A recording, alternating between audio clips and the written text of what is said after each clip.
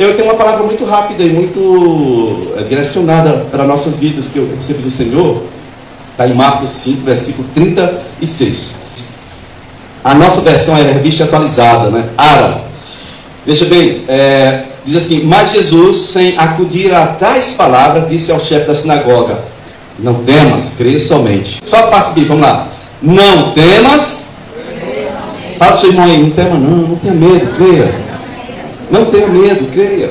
Na literal texto tradicional, não temas, mas somente crê. Somente crê. Ou seja, você tem que escolher agora, nesse momento, imediatamente tirar o medo do seu coração e fique somente com a fé. Tá certo? Amém?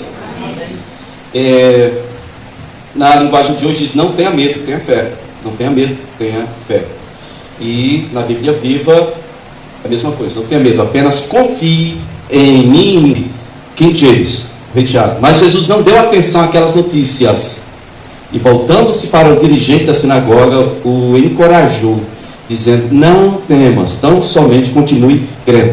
Continue crendo. Amém? Vocês sabem do que se trata esse texto? Eu não vou pregar sobre esse texto.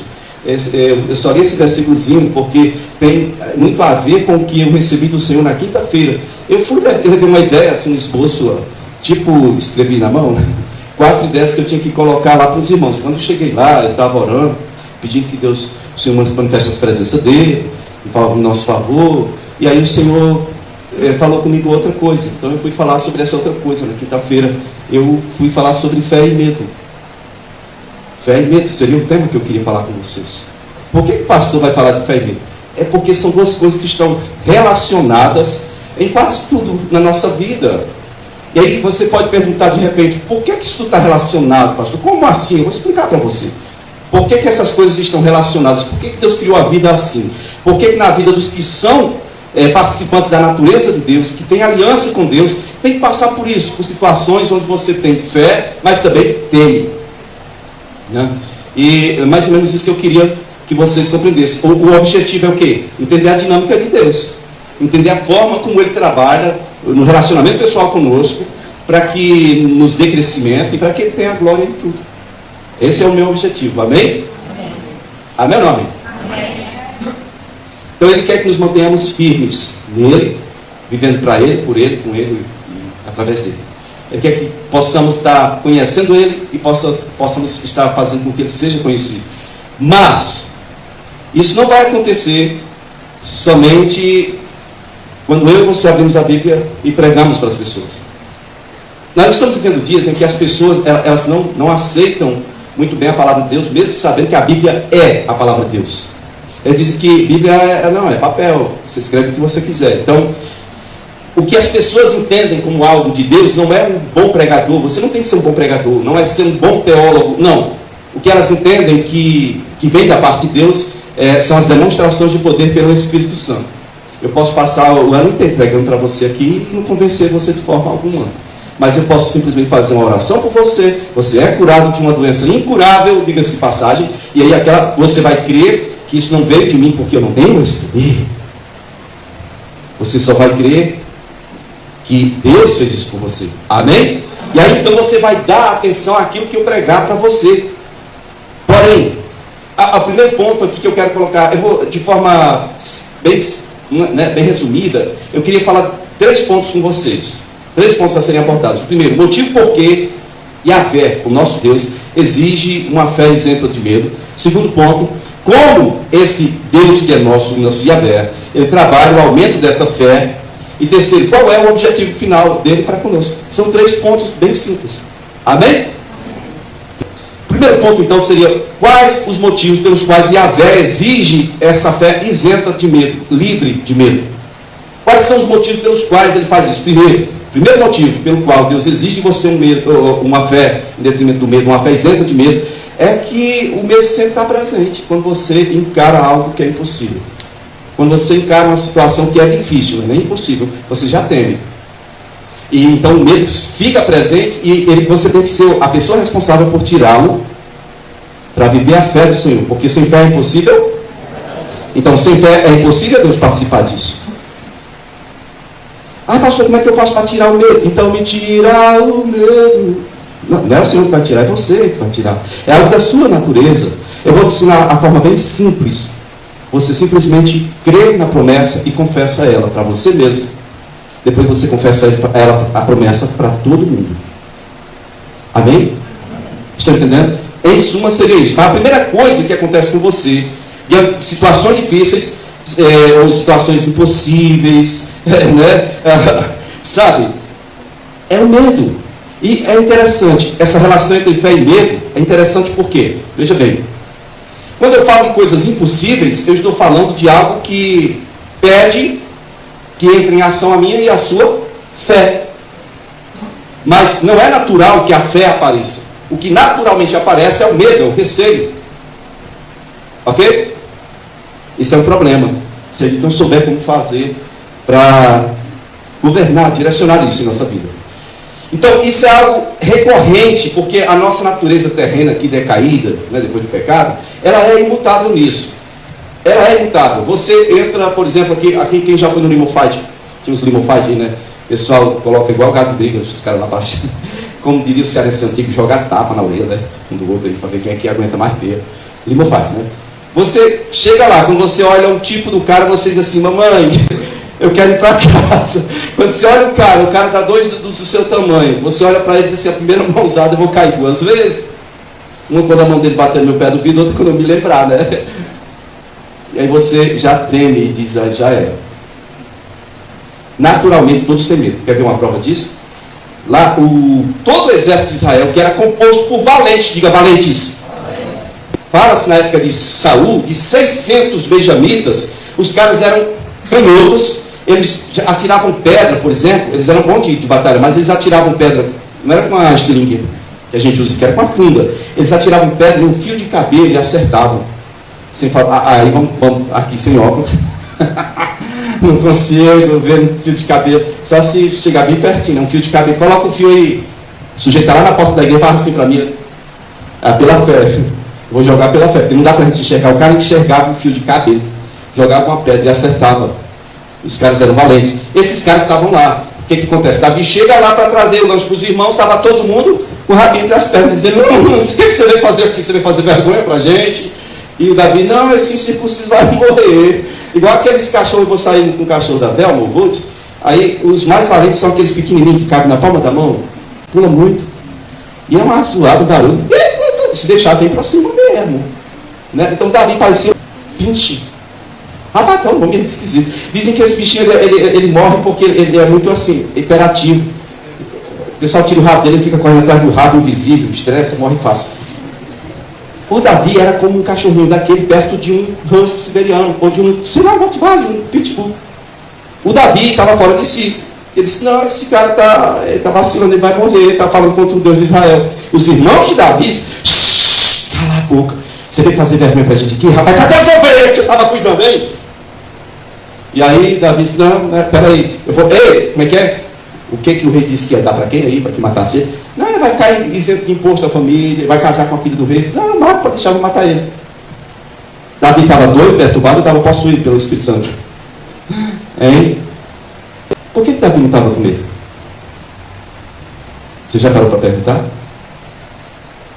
Ele teve um outro sentimento que expulsou o medo. Qual foi o sentimento que expulsou o medo dele? Será que foi fé? Não foi. No início foi indignação. Ele ficou indignado com o que ele ouviu. Disse, que porcaria é essa? Esse cara todo dia agora vem ali, chega no lugar mais alto e pergunta, não tem nenhum homem não nessa nação fraca, essa nação covarde, não tem um homem para me encarar? Ele ficou indignado com aquilo. Como é? Esse aqui é o exército do Deus vivo, ele está chamando para evitar a morte de todos. Então quem vencer esse cara vai vencer tudo? Eu vou matar ele. Vocês estão entendendo sim ou não? Mas naturalmente aquele exército valente, todinho, estava tremendo. De medo. Ao ponto do rei dizer assim, tiver um que tenha coragem, eu dou a mão da minha filha e a família fica isenta de todos os impostos. E não tinha um homem que quisesse encarar a fera. Só a armadura dele era mais de 72 quilos. Se caísse em cima de Davi, ia dar um prejuízo grande. Só a armadura. Aquela parte da couraça da justiça. Se caísse, se soltasse, e caísse em cima de Davi, ele ia ter um problema difícil de resolver. Entenderam? Quem está entendendo? Então compreendam muito bem isso. Esse negócio de ter medo é algo recorrente e imutável. Porque a nossa natureza é assim. Você olha o problema e você pede para ir no banheiro. Esse aqui não tem papel não, tem que ir no outro que tem papel. Tem papel higiênico, você vai para o outro que tem. Notícia ruim faz a gente querer ir no banheiro, não é? A nossa natureza não muda nisso. Eu acho interessante quando Tiago diz que Deus ele é imutável. Se ele não fosse imutável, então não seria Deus, ele não seria perfeito. Ele é a perfeição em si. Por isso é que ele não tem mais para que mudar. Não tem porquê, já é perfeito. E ele diz que não há sombra nem variação na pessoa de Deus. Porque ele já é perfeito. Agora tem uma coisa que também não muda. A sua natureza é a minha. Se eu tivesse como mudar, Jesus mandaria consertar ela. Ele não diria, você quer me seguir? A saída para você é você morrer comigo. Pegue a sua cruz do mesmo jeitinho que eu estou fazendo ver comigo. Amém? Estão entendendo? Bom, então compreendam essas coisas. A nossa natureza é imutável nisso. Ela é fraca, ela é covarde, gosta de ser bajulada, aceita, atendida. Ela é revoltada, ela quer exercer justiça própria. Estou falando de uma natureza como se fosse uma coisa assim. Estou falando de mim e de você. Para você não se ofender, eu estou falando então que é a nossa natureza. Basta você procurar em seus hábitos, se você for se examinar, você vai encontrar essa verdade que eu estou realçando aqui. Olha só, veja bem, o que é próprio da nossa natureza? Nós temos medo, nós tememos aquilo ou aquele que não temos o poder de controlar. Quem já viu aí aquele vídeo da mulher no carro lá, a mulher começa a dizer assim, vai devagar, Júnior. Ô, Júnior, vai devagar, menino, vai devagar, Júnior. E o menino lá se abrindo, se escangalhando de rir, a velha morrendo do lado dele, e o coração da mulher quase saindo pela boca, e ela não estava no controle, tadinha. Era o neto, o filho, sei lá. Quem já viu esse vídeo? Já viu? Dá para dar uma risada. Quem estava no controle? O garoto, o jovem. A gente tem medo daquilo que a gente não consegue controlar. Tem gente que diz, que faz uma cirurgia, rapaz, sei lá, vai ter que anestesia, eu vou ficar desacordado, sei lá o que vão fazer comigo. Aí você vai que é um jeito, mas se tiver outra opção, você não, vou tentar outra opção. A gente tem medo daquilo ou daquele que a gente não tem controle. Tem outro caso, voltando aqui para a questão do governo. Quando o faraó percebeu que o povo de Israel estava crescendo, estava se tornando mais numeroso que o povo dele, não era o povo de forma geral, mas os homens de guerra, homens fortes, eram mais numerosos que o povo dele, ele temeu, ele disse, agora, como é que eu vou governar aquilo que eu não tenho controle? Ele começou a ter medo. E foi isso que ele fez, ele mandou que as parteiras matassem todas as crianças. As parteiras não obedeceram, então ele ordenou, fez um decreto. Quando eu falo decreto, hoje você entende que é um decreto, né? Ele decretou que todas as crianças de 2 anos para baixo fossem jogadas no Rio Nilo para servir de alimento para os crocodilos. Né? Só os homens, mulher não. Porque isso ia enfraquecer o exército de Israel e ele voltaria a ter o domínio. Forças armadas. Ok? Estão entendendo? Quem está entendendo? Então a gente tem medo, a nossa natureza nos leva a ter medo de tudo o que nós não conseguimos controlar. Nós não confiamos em algo que nós não conseguimos controlar. É verdade? É. Vamos para frente. Nós temos medo, ou tememos, todas as situações dessa vida que nos levam ao limite da nossa capacidade. Por exemplo, vou prestar um concurso aí, pastor. A pessoa estuda, ela estuda mais nesse período, para prestar o concurso, do que toda a vida dela de estudo, né?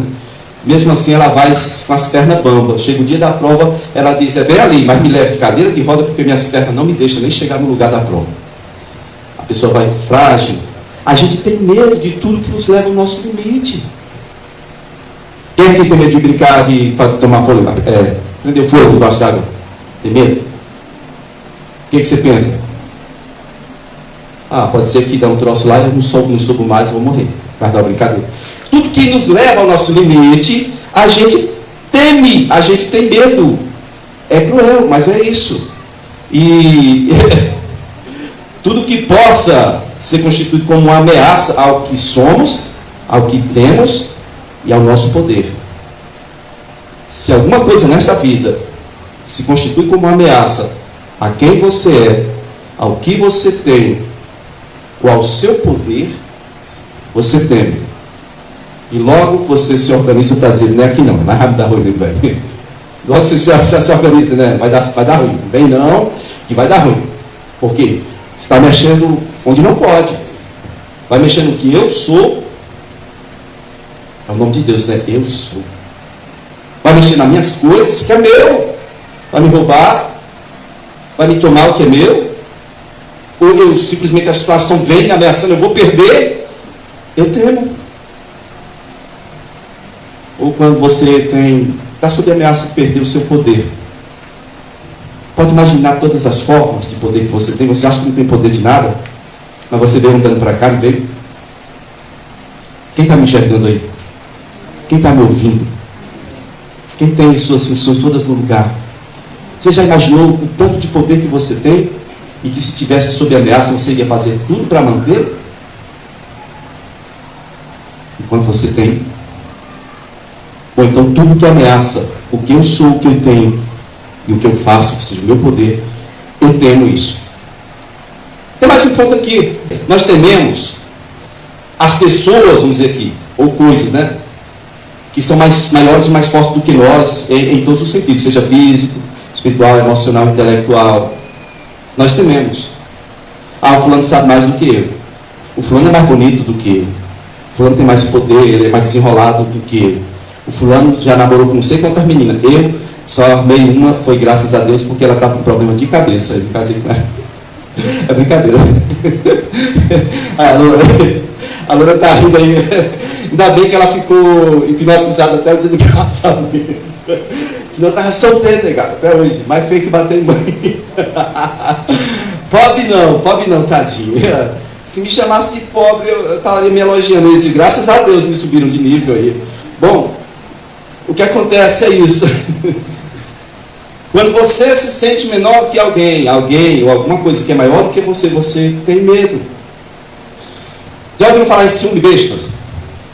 Defina para mim, me ajuda, porque eu fico falando aqui, vocês só me ouvindo.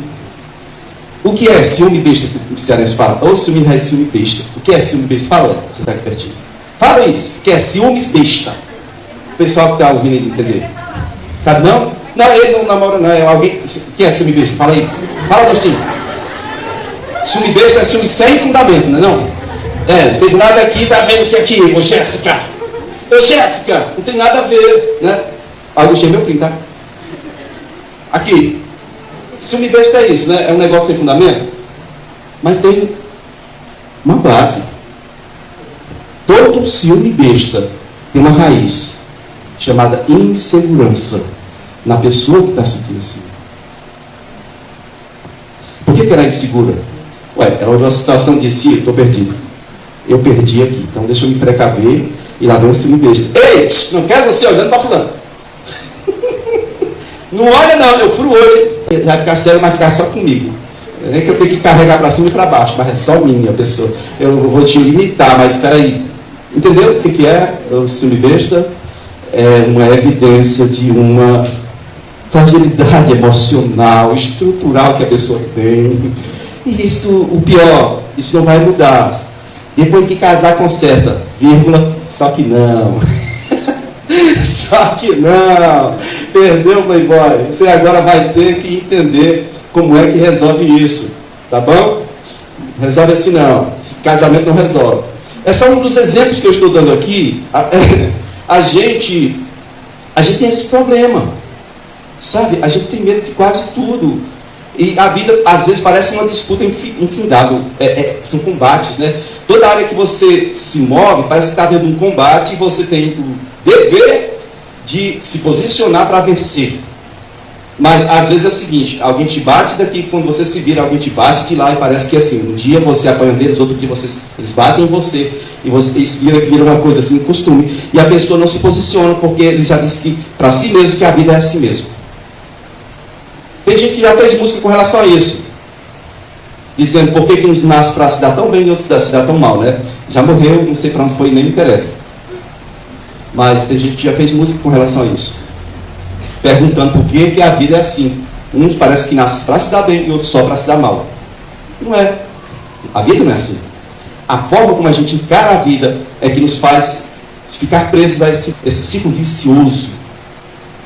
Amém? Amém. A vida é cheia de desafios? É. Toda vez que aparece um desafio, aparece primeiro o medo. E hoje você tem que aprender a expulsar o medo e guardar a fé. Por quê? Primeira carta de João, capítulo 4, verso 18, diz que o medo produz tormento. Você quer viver atormentado? É a história de Jesus, mas viva atormentado. Que é isso? Está errado, irmão. Está errado. Vai por aí não que você vai se perder. Amém? Vamos lá. Incertezas do futuro trazem medo para você?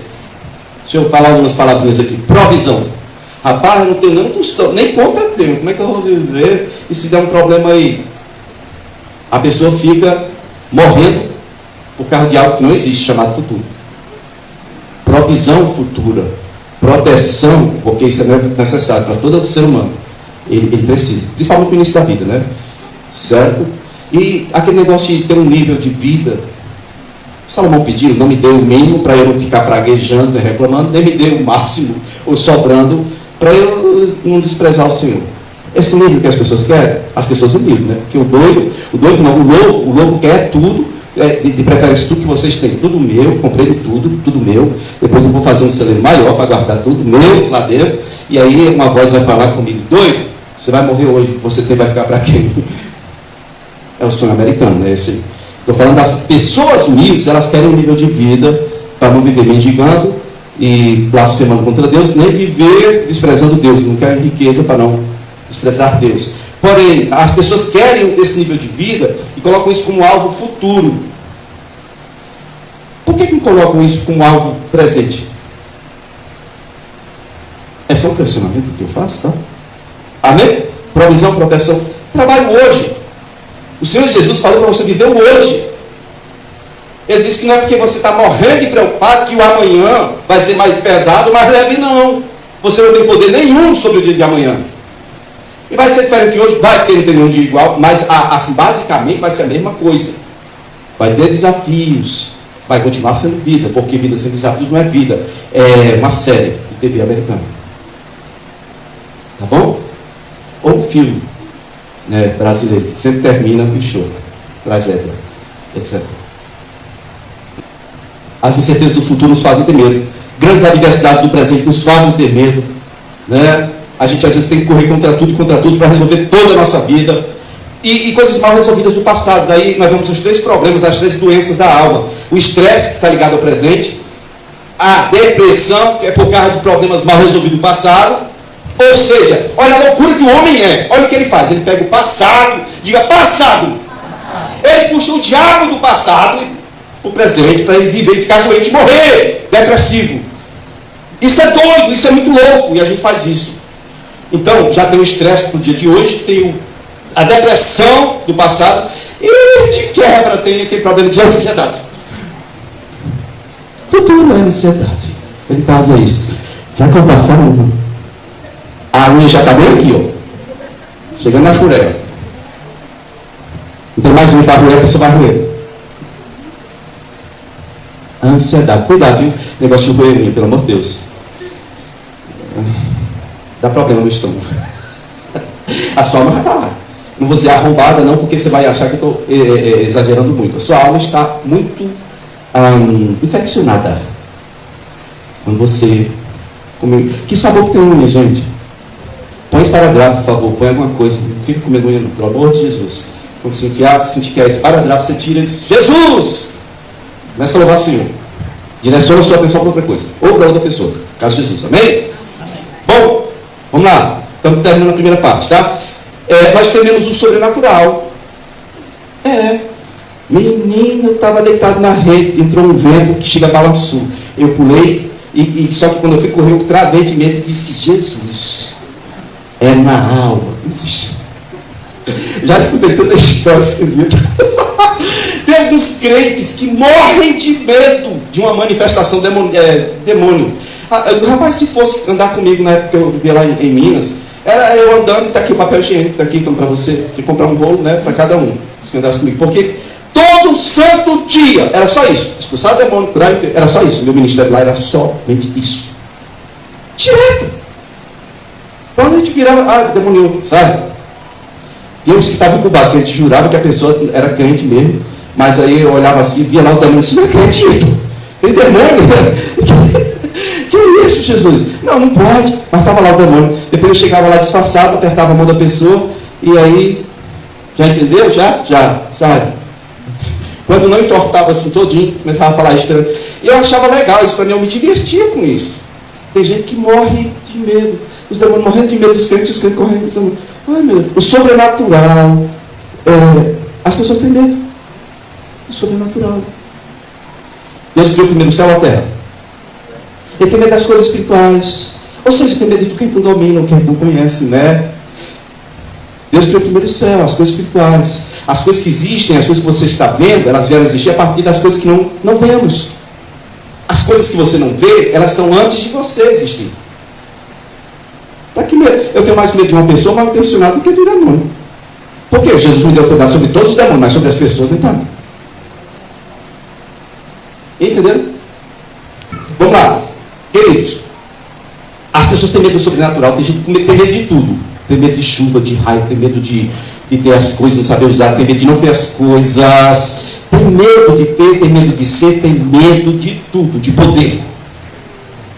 A pessoa vive em tormento. Por quê? Porque sempre que ela se depara com uma situação difícil, impossível, ela teme. E ela, mesmo sendo crente, ela não aprendeu a usar, cultivar, a adquirir, a se posicionar com fé. Vocês estão entendendo? Amém? Amém.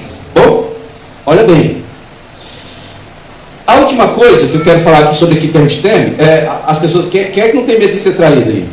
Já viu essas malandragens que tem por aí? É tanta coisa, né? Que as pessoas chegam a brincar com isso.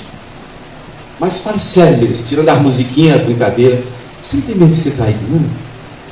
Como é que seria a sua vida? Como que a sua vida iria continuar depois da traição? Seu relacionamento. A gente tem medo. A gente tem medo dessas coisas. Pastor, não é comum. Pois é, mas e se? Vem aquela pergunta. E se acontecer? Dá um medinho. É tipo quando você está na beira do precipício, olha lá para baixo. Está um friozinho na barriga. Quando você pensa em certas coisas como essa. Você vê como a gente é limitado na nossa compreensão e no nosso poder e naquilo que a gente, né, é capaz. Tá certo? E a gente também tem horror a esse negócio de ter que pagar o preço por alguma coisa. A gente quer de graça. E a gente quer perfeito. E a gente quer para ontem. A nossa natureza é assim. Segundo ponto. Posso ir para o segundo ponto? Quer entender o primeiro aí? Amém. Eu estou falando da questão de medo. Agora vamos entrar um pouco mais aqui na questão bíblica. Vamos lá. O subtópico aqui, tá certo? Primeiro, como Deus ele vai aumentar a sua fé. Quer saber? Quem quer saber? Como é que Deus vai aumentar a sua fé? Como é que vai aumentar a sua fé? Como é que vai aumentar a sua fé? Eu tenho uma novidade para você que não é nova. Deus, tudo que Ele faz é perfeito, porque Ele é perfeito. Ele não tem a intenção de mudar nada da natureza dele por sua causa. Então é fácil entender o que Ele vai fazer com você para aumentar a sua fé. É só olhar o que Ele fez com certas pessoas que têm um relacionamento com Ele anteriormente. Está lá na Bíblia. O que Ele fez com essas pessoas? Bom, Ele pegou um cara chamado Abrão. O cara era idólatra e rico. Idólatra e rico. Primeira coisa, Deus disse para ele: eu vou mudar seu nome, tá, cara? Mas é o seguinte, eu vou te dar uma terra e tal. Mas é o seguinte, sai daí, vai para uma terra que eu vou te mostrar. Eu não ia nem puxar pelos olhos. Por quê? Porque eu sou uma pessoa extremamente organizada e gosto de me sentir seguro.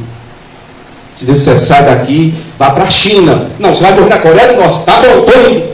Eu já sei para onde eu estou indo. Mas Deus nunca invente de fazer o que Ele fez com Abraão. Sai daqui, vá para um lugar que eu vou lhe mostrar. Não funciona comigo, papai.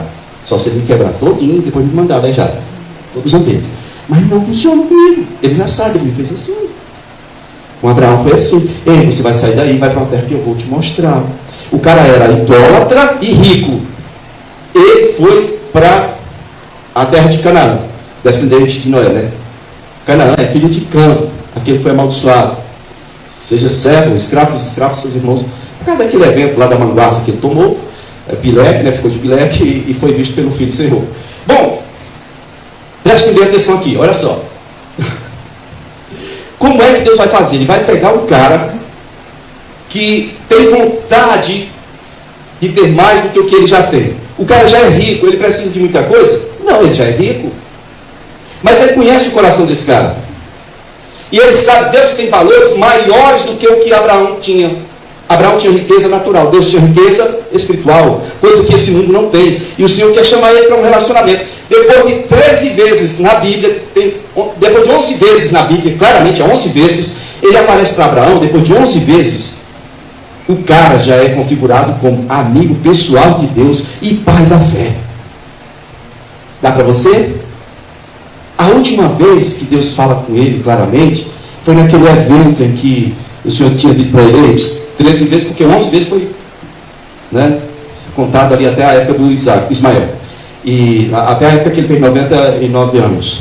O Senhor chegou para ele e disse: seja perfeito. Eu na minha presença, seja perfeito. Você não tinha que ter feito esse rapaz aí. Eu disse que você ia ter um filho com a Sara. Seja perfeito. Não precisa de sua ajuda. Eu sou o El Shaddai. Então, depois disso, ele vai e pede o Isaac. Tá? O Isaac. E aí Abraão obedeceu, o Senhor não? Ele obedeceu, o Senhor não? Sim. Preste atenção. Abraão, ele tinha riquezas no início? Tinha ou não tinha? Mas agora, ele daria toda a riqueza dele pelo filho? Daria ou não daria? Então Deus agora deu para ele um filho, e Deus está dizendo: você vai me devolver esse filho. Porque a forma de Deus trabalhar com você e comigo é assim. Primeiro, Ele te vê diante do impossível e diz: eu vou mostrar para você que esse impossível vai cair. E você se alegra, porque Ele te faz vencer o impossível. Depois Ele quer que você tire o foco daquilo que era impossível e coloque nele.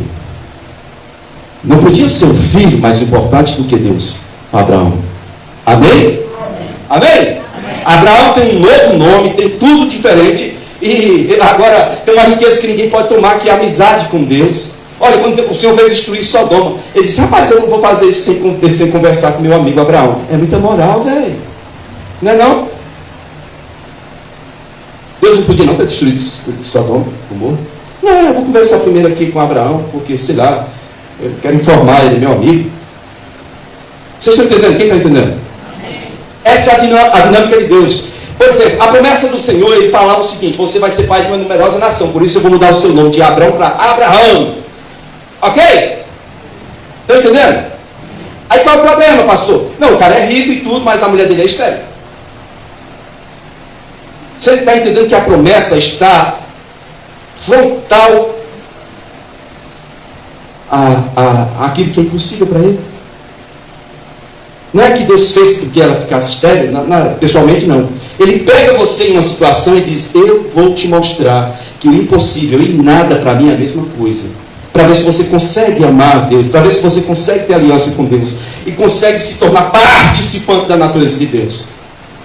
Amém? Por isso, sem fé é impossível você agradar a Deus. Por quê? Porque é necessário que você creia que Ele existe e que se torne galardoador dos que o buscam. Ou seja, sem fé você não vai ter como desenvolver esse relacionamento. Amém, queridos? Amém. Estamos compreendendo, sim ou não? Olha, vamos dar uma passeada rapidinho em Hebreus 11. Hebreus 11, 2 diz que pela fé os antigos obtiveram bom testemunho. Bom, o exemplo da história de Abraão, que é esse idólatra, né? Que o Senhor transformou em amigo de Deus e tal. Você vê Hebreus 11, verso 8, diz assim: pela fé Abraão, quando chamado, obedeceu a fim de ir para um lugar que devia receber por herança e partiu sem saber para onde ia. Ai, meu Deus. Esse é o versículo 8 de Hebreus 11. Você acha que Abraão não teve medo? Quem acha que Abraão não teve medo? Meu irmão, eu sou rico, mas eu estou deixando minha... Ó, não tem coisa melhor do que viver no meio da família, não. Eu estou deixando a minha terra para ir... Não é para ir uma terra que eu não conheço, é para um lugar que eu nem sei onde é. Você acha que ele não teve medo? Quem acha aqui que ele não teve medo? Então, deixa eu deixar bem claro para você uma coisa aqui. Medo aqui todo mundo tem. Mas quem é da fé domina o medo. E o medroso, ele é dominado por ele. O medroso é dominado pelo medo. Se torna invejoso, doente de alma, incapaz, reclamando, sempre insatisfeito. Por quê? Porque não tem condição nenhuma de ser bem-sucedido em nada. A vida é cheia de desafios e ele vai estar sempre perdendo, porque ele nunca vai ter vitórias enquanto ele estiver escolhendo permanecer no medo. Quem está entendendo? Amém. Abraão teve medo, ele teve medo, mas ele foi mesmo assim. Certo? Olha bem, ele escolheu crer na promessa. Foi isso que fez ele sair de lá.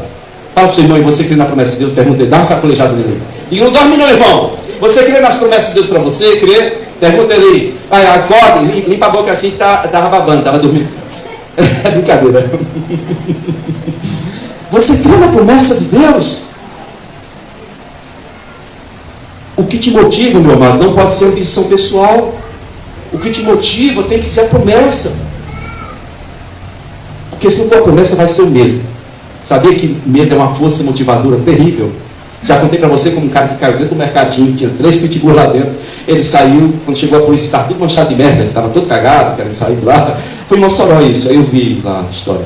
Já contei para você que pense na força motivadora, é o medo. Não é para você ir para um alvo, não, é para você fugir de um alvo. Tá?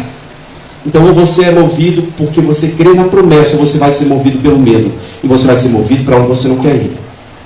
Depois vai querer culpar a vida, a sociedade, a família, o diabo, o mundo, e dá vontade de dar um peteleco na sua cabeça para você aprender a pensar direito. Vai culpar todo mundo menos você. Queridos de Deus, por amor à graça, olhe, quem escolhe a fé nas promessas de Deus e rejeita o medo, obtém vitória sobre aquilo que é impossível, pastor. Hebreus 11:11, é fácil de decorar, sim ou não? Hebreus 11:11, eu vou ler para vocês assim, olha, pois pela fé, também a própria Sara recebeu poder. Ela recebeu poder para ser mãe. Não obstante o avançado de sua idade, pois teve por fiel aquele que ele tinha feito a promessa. Sabe, um dia quando o Senhor estava conversando com Abraão, o Senhor disse, ano que vem, eu vou voltar aqui, essa mulher vai estar com o filho nos braços. Sara estava atrás da porta lá, e riu. Eu já estou velho, não tenho mais nem costume da mulher, ou seja, já não estava mais nem, não tinha mais nem um ciclo. Véia, deu uma ré, menino. Se fosse só velhice, dava para contornar. A questão é que ela era estéril, de nascença. Ela tinha que rir, sim ou não? Meu irmão, a desgraça quando é grande a gente tem que rir. Ninguém vai chorar de desgraça. E foi o que ela fez. Ela riu. O Senhor ouviu isso e disse, ei Sara, você está rindo de quem? Não, eu não ri não. Rio sim. E porque você riu, vai colocar o nome do menino de sorriso, tá? Risadinha. O Isaac, risadinha vai vir. Ano que vem eu vou vir, você vai estar com risadinha nos braços aí, tá ligado? Foi isso que aconteceu. Isaac só é Isaac por causa disso. Ela riu, mas não foi com deboche. Ela riu com um pouco de esperança, como que disse, seria isso possível? Tudo que eu queria. Oh meu Deus! Foi possível ou não foi? Então o impossível se tornou possível, sim ou não? Ela recebeu poder para ser mãe, sim ou não? Sim. Mesmo sendo estéril, sendo velhona, ela recebeu poder. Por quê? Porque ela creu na promessa. Ela creu que aquele que prometeu é fiel, sim ou não? Você crê na promessa de Deus? Amém? É fácil dizer que crê, eu quero que você aplique isso quando você estiver diante do impossível. Porque quando o impossível aparecer para você, meu querido, você vai estar tremendo na base, você vai estar com medo sim. É normal, pastor? Já disse, todo mundo tem medo. Só que uns correm para dentro, outros correm para cima, outros correm para fora. E tem outros que dizem o seguinte, eu vou continuar crendo na promessa do Senhor, ponto final. Não abra sua boca para confessar seu medo. Declare a sua fé quando a coisa estiver ruim. Amém? Amém? Creia na promessa do Senhor. Em nome de Jesus, creia na promessa do Senhor. Bom, se você olhar em Hebreus 11, versos 17 a 19, vai dizer lá que Abraão, lá no finalzinho do 19, vai dizer que Abraão, ele ficou tão crente no Senhor, tão firme no Senhor, que ele acreditava que se ele tivesse matado Isaac, o risadinho, tivesse oferecido ele como holocausto, Deus iria das cinzas, Deus iria devolver o filho para ele. Por quê? Porque ele sabia que Deus tinha feito uma promessa para ele. Sim ou não? Qual era a promessa? Ele disse, olha, em ti serão benditas todas as nações da terra. E outro lugar diz, em Isaac chamaria a tua descendência. Ele sabia que Deus tinha dito, olha, o Isaac, não importa se o Isaac tem uma mulher que é estéril também. Não importa se a mulher dele vai ter filho com sangue, não importa. Deus que prometeu que eu ia ter um filho, eu tenho. Então Deus não vai falhar, sim ou não? Então ele creu que Deus, se fosse preciso, Deus iria, Abraão iria recobrar, iria retomar, iria pegar o filho das cinzas e o filho iria voltar. Por quê? Porque ele crê no Deus fiel que ele serve. Você crê no Deus fiel a que você serve? Vamos para frente. Olha o versículo 13, por favor. Hebreus 11, 13. Eu podia citar aqui toda a descendência de Abraão, Isaac, Jacó. Que a mulher do Isaac era estéril, viu? Só para você saber. Peraí, olha para mim. A mulher do Jacó também era estéril, tá? Não estou falando da Lia, não. Estou falando da mulher do Jacó. A irmã da Lia. Como é o nome dela? Raquel era estéril. 3 mulheres estéreis. A Raquel foi mãe de José e de Benjamim. Não vamos entrar nisso, não vai dar muito pano para manga. Bom, olha o versículo 13. Todos estes morreram na fé sem ter obtido a promessa, vendo-as, porém, de longe, e saudando-as, e confessando que eram estrangeiros e peregrinos sobre a terra. Gente, só essa parte, eles morreram na fé sem obter a promessa. Esse é o cara que Deus quer. Você tem que ser esse cara. Rapaz, eu estou nem vendo. Se a promessa não se realizar enquanto eu estou vivo, eu vou morrer crendo. De vez em quando eu digo assim, o pessoal diz assim, pastor, você ainda não restaurou a audição? Não tem problema não. Quando no novo corpo, 2.0, depois que Jesus vier, vai vir completo, a audição e tudo, tá ligado? Se vier antes, eu estou feliz. Se não vier depois, com toda absolutíssima certeza, eu vou estar ouvindo até o que as pessoas conversam em Paris. Ok? É sério. Porque o mundo espiritual, geografia e física não manda, não tem poder. Bom, queridos, então compreendam. Eles morreram crendo, mesmo que não alcançaram a promessa, eles morreram perseverando em crer. Quantos de nós, muitas vezes, paramos de crer no meio do negócio? Porque ficou mais difícil, agora eu não posso mais crer numa coisa dela. Eu até estava acreditando, pastor, mas quando diz mais, você vê Satanás abrindo a boca do irmão para falar. Eu estava crendo, mas depois que o médico disse que não tem cura, meu filho, que o médico ele é limitado, ele só está dizendo que é um câncerzinho, uma coisinha assim. De quem é a última palavra? De quem? De quem? Está com medo porque o médico falou que a autoridade espiritual é ele. Ele é uma autoridade física, ele olha, um câncer aqui. Isso tem cura não. Ele pode tentar aqui, um raio. Não, eu vou tentar o quê? Eu vou tentar uma oração. 2008 eu já trabalhava lá na área. 2010 foi outro acidente, mas 2008 eu saí de tabuleiro, o negado estava dizendo que eu saí de lá morto.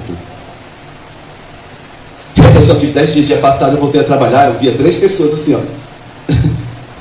Traumatismo craniano, até hoje tem uma marquinha aí. É interessante.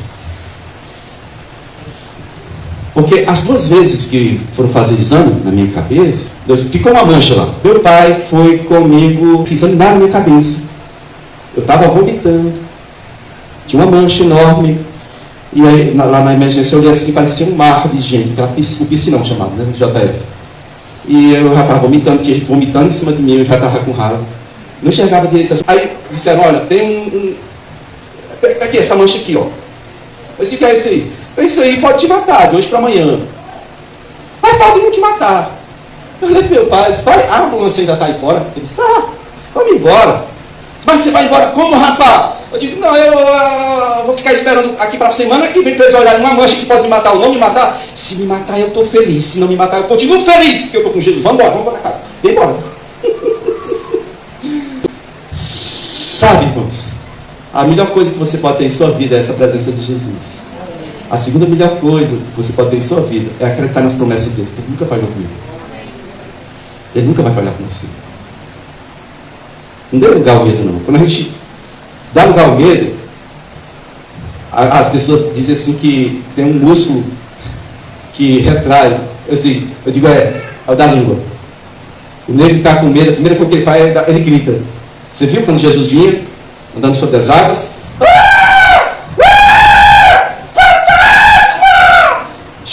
Nem tinha papel higiênico lá no barco. Você viu aquela história? Pois é. Diz a Bíblia que eles gritaram de pavor. Imagine 12 homens gritando junto de pavor. Que coisa linda. E Jesus entra no barco e diz: por que vocês estão com tanto medo? A segunda pergunta, não a primeira. A segunda é: onde está a vossa fé? Medo está sempre junto com fé. Eu quero perguntar a você o que você quer. Permanecer no tormento com medo? Ou quer ser uma pessoa de fé? Ele que você pareça com um doido. Essa é a escolha para você hoje. Amém? Preste bem atenção. Provérbios 18, 20, 21. Do fruto da boca o coração se farta, e do que produzem os lábios se satisfaz. A morte e a vida estão no poder da língua, e o que bem utiliza come do seu fruto. Irmãos, eu vivia com um problema nos rins, dor nos rins, dor nisso, dor naquilo, dor naquilo outro. Mas não é que parou de doer. Eu parei de falar que estava com dor. Eu só parei, no primeiro momento, só parei de falar. As crises foram diminuindo. Rapaz, estou com a dor. Não, coloca a mão toda dor, sai em nome de Jesus. Foi diminuindo as crises. Você às vezes dá comando para você mesmo ser derrotado e depois diz que a vida é injusta. Não é a vida que é injusta, é você que foi mal informado, me perdoe. A arma mais poderosa do mundo está dentro aí, ó. Quer viver bem? Fala o que é bom. Fala o que é bom. Mas está doendo, pastor. Sim. Abre a boca e diz: dor desgraçada, você vai passar agora em nome de Jesus. Quer gritar? Grite, mas grite o que está escrito na palavra. Imporão as mãos sobre os enfermos e eles serão. Grite isso. Amém? Amém? Amém? Quer ver outra coisa? Estou quase terminando. Provérbios 23, verso 6 e 7 diz: não comas o pão do invejoso, nem cobiças suas delícias e manjares, os seus deliciosos manjares, porque como imagina em sua alma, assim ele é. Quem é o invejoso? O invejoso é o mesmo cara que escolhe viver no medo. Ele não tem sucesso em quase nada. Ele passa a achar que a vida de todo mundo é melhor do que a dele. E realmente é. Porque ele vive à sombra do medo, ele vive à sombra do tormento do medo. Ele é uma pessoa insegura. Ele não tem poder nenhum. Sabe? Ele não representa, ele não é relevante. Ele é essa pessoa. Ela se torna invejoso porque não entende porque ele é tão pequeno. Enquanto os outros conseguem crescer, ele não consegue. É simples. A dinâmica de Deus para você crescer é que permitir estar diante de situações impossíveis. Qual é a situação que você está diante dela e ela é impossível? Qual é? Lembra? Lembre só uma aí, por favor. O que você está fazendo a respeito? Está pedindo a Deus para vir resolver? A situação impossível está diante de você. Não é Deus que tem que resolver, é você. É permissão de Deus para você crescer. Ah, é, pastor? Ele já te deu autoridade para passar por cima disso. Só basta você escolher a fé. Basta escolher o amor do Senhor. O amor verdadeiro, ele lança fora todo medo. Amém? Amém. Pastor, mas. Olha, não venha com mais não, que eu já falei que quando vem com mais, é Satanás que colocou na sua boca. Não tem mais não. Ou é fé, ou é medo. Os que escolhem a fé, aprendem a professar as promessas, declarar as promessas de Deus, mesmo que esteja doendo. Quer ver outra situação? Essa eu tenho certeza que foi em 2010. Eu estava todo quebrado no IJF. Segunda cirurgia que fizeram na minha perna. Me colocaram na enfermaria 17. Não me deram remédio. Eu estava ficando verde de dor.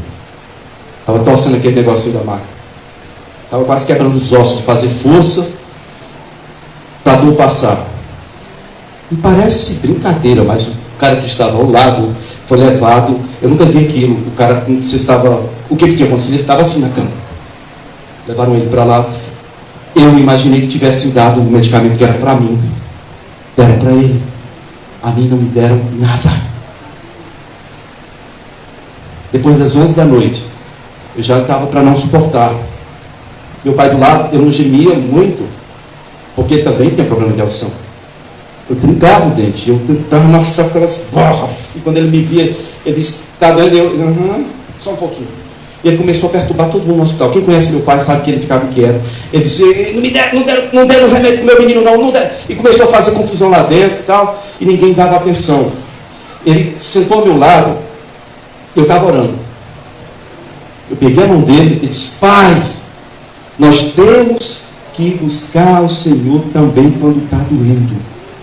Ele, nós temos que buscar o Senhor também quando está doendo. O Senhor pode orar comigo? Ele, positivo. A gente orou. Daquele momento em diante eu não senti mais dor. Eu saí da cama e fui orar por quem estava com dor. Peguei o negócio do soro e fiz de bengala e saí com a perna só. E fui orar por quem estava com dor. Porque as pessoas do quarto estavam mobilizadas. Olha, realmente não deram. As pessoas estavam querendo fazer um motim lá. Como é que não deram remédio para o rapaz, não sei o quê. Depois a direção do hospital, do JF veio, saber se queria processar. Não, eu só quero que você pegar bebê aí, pai. Fui pregar para o cara lá. Desculpas aceitas, valeu. Eu creio no que diz a Bíblia. Você crê na Bíblia? Ele diz, creio. Então vamos lá, olha o texto que eu usei para ele aqui. Olha o texto que eu usei para ele. Romanos 8, por favor. O que você vai escolher hoje, irmãos? Fé ou medo? Medo, basta você não fazer nada, ele já vai estar ali. A fé vem pelo que você crê. Se você crê, confessa a promessa do Senhor, você vai andar pela fé. Romanos 8. Eu vou ler 3 versículos antes, mas veja bem, Romanos 8 diz assim no versículo 28. Sabemos que todas as coisas cooperam para o bem daqueles que amam a Deus, daqueles que são chamados segundo o seu propósito, porque aos que de antemão conheceu também predestinou para serem conforme a imagem do seu Filho, e aos que predestinou, a esses também chamou, e aos que chamou, justificou, e aos que justificou, glorificou. Muita gente fala de chamado, chamado aqui, ó, eu falei 5 coisas. Conheceu, predestinou, chamou é o terceiro, justificou e glorificou. Ok? Esse segundo versículo está explicando o porquê que todas as coisas cooperam para o bem dos que amam a Deus. Hoje você já sabe por que todas as coisas cooperam para o seu bem? Ou você só sabe repetir? Todas as coisas cooperam. Todas as coisas cooperam para o bem. Sim. Por quê? Porque Deus te conheceu, te predestinou para ser igual a Jesus, depois Ele te chamou, te justificou, e Ele vai te glorificar. Ele já glorificou, na verdade, por isso. Amém? A vitória minha e sua já foi decretada, definida, está no reino do Espírito, só falta você entrar nesse ambiente, e esse ambiente você só acessa pela fé. Amém? Aí vai seguir o texto, presta bem atenção. Que diremos, pois, à vista dessas coisas? Se Deus é por nós, quem será contra nós? Esse foi o texto que eu li. Aquele que não poupou seu próprio filho, antes nos entregou por todos nós, porventura não nos dará com ele, ou conjuntamente, ou graciosamente com ele, todas as coisas? Vamos lá, todo mundo lá. Quem intentará? Bora, gente, bem alto. Quem tentará acusação? Contra os eleitos de Deus. Vai. É Deus quem os justifica. Quem os condenará? É Cristo Jesus quem morreu ou quem ressuscitou, o qual está à direita de Deus. E também intercede por nós. Quem nos separará do amor de Cristo? Será tribulação, angústia, perseguição, fome, nudez, perigo, espada. Como está escrito, por amor de Deus, somos entregues à morte o dia todo. 100% do dia você entregue à morte. Tá bom? Como Jesus. Mas em todas as coisas, essas coisas, somos mais do que vencedores por meio daquele que nos amou. Vamos à última parte, todo mundo junto. Porque eu estou bem certo que nem a vida, nem os anjos, nem principado, nem potestade, nem coisa do presente, nem do futuro, nem altura, nem profundidade, nem qualquer outra criatura poderá separar-nos do amor de Deus que está em Cristo Jesus nosso Senhor. Hoje você aprendeu algumas coisas. Com esse texto, você vai continuar tendo derrotas e fracassos em sua vida, se você escolher. Hoje o Espírito Santo de Deus usou a minha vida para te dar a receita de vencer. Porque a vida é cheia de desafios. É você que tem que escolher. Vai ficar no medo ou vai usar a fé? Vai crer na promessa. Se você é uma pessoa que crê na promessa de Deus, fique de pé, vamos orar junto. Vamos orar junto. Mas não vamos orar pedindo para Deus resolver, não. Vamos orar resolvendo. Amém? Glória a Deus. Você pode orar comigo? Amados, estou falando sério agora, com da seriedade. Quem é aí que nunca teve medo? Quem é aí que nunca teve uma vitória pela fé? A pergunta é, por que você e eu não aprendemos direito as lições que o Senhor nos ensina? Deus não muda. Amém? Ele é o mesmo. Nós mudamos. Levante sua mão ao Senhor. Diga ao Senhor que não muda. Por favor, Senhor, eu também não quero mudar de ideia a respeito da minha fé. Diga hoje que eu quero colocar fora da minha vida todo medo. Eu não quero ser uma pessoa que está viva com medo da vida não ser o ideal que as pessoas dizem que é. Eu não quero viver uma vida nos moldes, nas regras dos homens. Feche seus olhos e diga, eu quero mais do Senhor em minha vida. Diga para Ele, diga, eu creio no Senhor. Diga para Ele, eu creio em sua promessa. Diga para Ele que você, hoje, está resolvendo seguir ao Senhor por fé.